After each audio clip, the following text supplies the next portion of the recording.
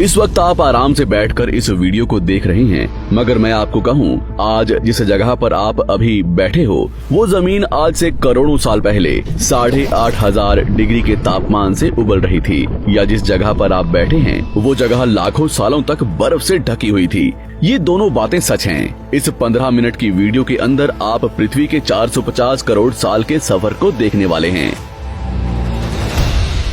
जिस जगह आज हमारा सौरमंडल है, वहाँ विभिन्न प्रकार की गैस और धूल के बादल हुआ करते थे। वैज्ञानिकों के मुताबिक इन धूल के बादलों से दूर एक तारा हुआ करता था। वक्त के साथ साथ उस तारे की ऊर्जा कम होने लगी, जिसके कारण उसके अंदर एक विशाल विस्फोट हुआ। विस्फोट की वजह से अंतरिक्ष की ये धूल एक दूसरे से दबने लगी। इस दौरान बादलों में स्थित धूल के कण दबाव और गर्मी के कारण बड़े उल्कापिंड और पत्थरों में परिवर्तित हो चुके थे, और इसी दबाव की वजह से इन बादलों में स्थित रेडियो एक्टिव पदार्थ ने ग्रेविटी का निर्माण किया। इस ग्रेविटी के कारण बीच में हाइड्रोजन और हीलियम इकट्ठा होने लगे। बीच के इस भयंकर दबाव के कारण एक विशाल विस्फोट हुआ, और इसी विस्फोट के कारण हमारे सूरज का जन्म हुआ।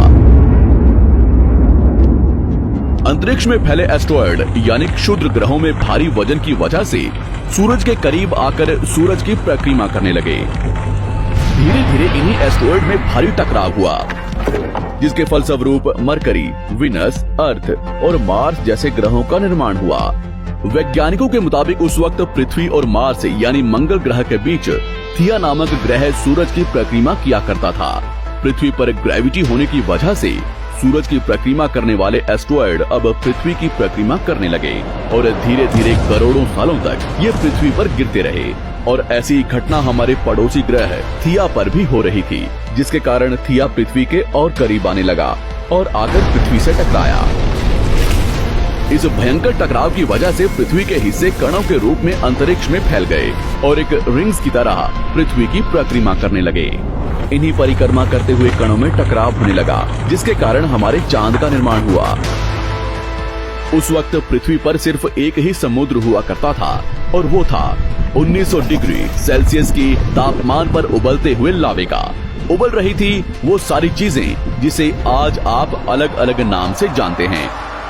वक्त के साथ साथ पृथ्वी धीरे धीरे ठंडी हो रही थी, जिसके कारण पृथ्वी के भारी तत्व जैसे धातु और रेडियो एक्टिव पदार्थ पृथ्वी के केंद्र में जाकर इकट्ठा हो गए, और हल्के पदार्थ पृथ्वी की सतह पर आ गए।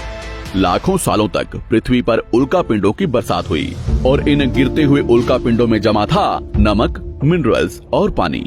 करोड़ों सालों तक इन उल्कापिंडों की बरसात होती रही, और धीरे धीरे पृथ्वी की ऊपरी सतह पानी से ढकने लगी। वैज्ञानिकों के मुताबिक यही वो वक्त था जब दूर गहरे पानी के अंदर निकलते ज्वालामुखियों से पहली बार सूक्ष्म जीवों का निर्माण हुआ। लाखों सालों बाद एक वक्त ऐसा आया जब पृथ्वी की पूरी सतह पानी से ढक चुकी थी। हमारी